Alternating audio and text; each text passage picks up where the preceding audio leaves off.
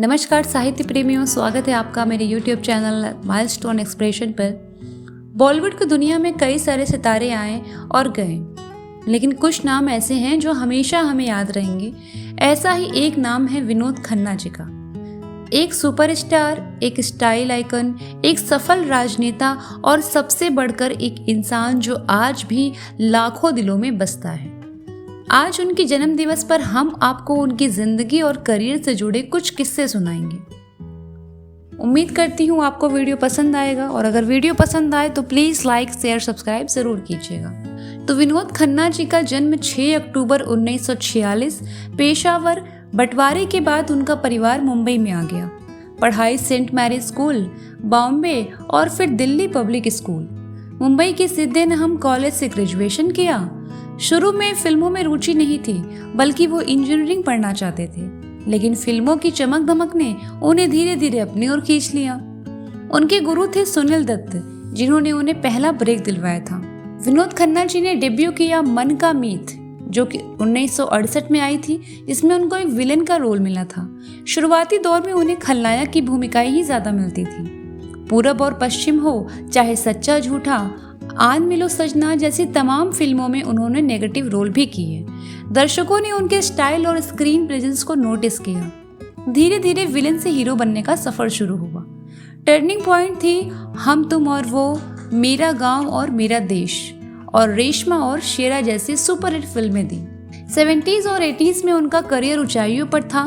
Hit फिल्में लगातार Amar Akbar Anthony, मुकद्दर का सिकंदर, हेरा फेरी, लहू के दो रंग, कुदरत, राजपूत, बंटवारा, इनकार, ऐसे तमाम फिल्मों की लाइनें लगी थी।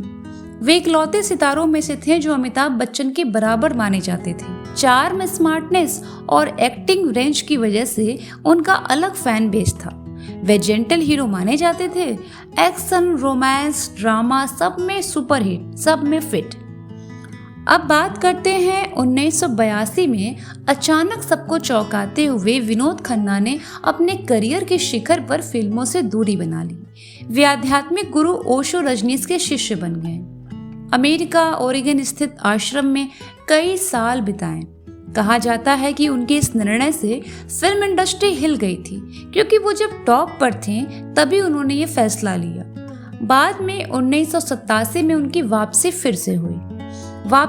फिल्मों में इंसाफ, दयावान, चांदनी जैसे सुपरहिट फिल्मों में उन्होंने कमबैक किया।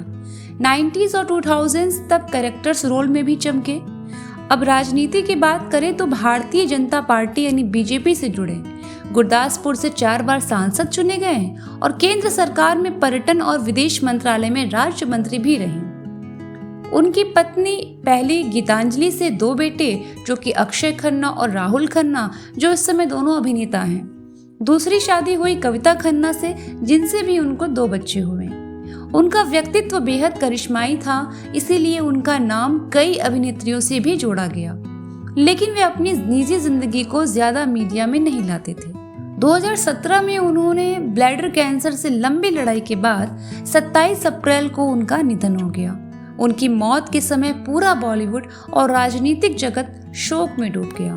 उन्हें पद्मश्री या अन्य बड़े पुरस्कार तो नहीं मिले, लेकिन जनता का प्यार ही उनकी सबसे बड़ी उपलब्धि थी। उनके स्टाइल और फिल्मों का जादू आज भी कायम है। उनके कुछ ऐसे गीत हैं जो आज भी हम हमेशा याद करते हैं। विनोद खन्ना सिर्फ एक अभिनेता नहीं थे, बल्कि एक आइकन थे।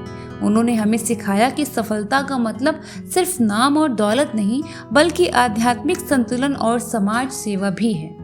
आज उनकी जन्म दिवस पर हम उन्हें श्रद्धांजलि अर्पित करते हैं। हैप्पी बर्थडे विनोद खन्ना जी, आप हमेशा हमारे दिलों में रहेंगे।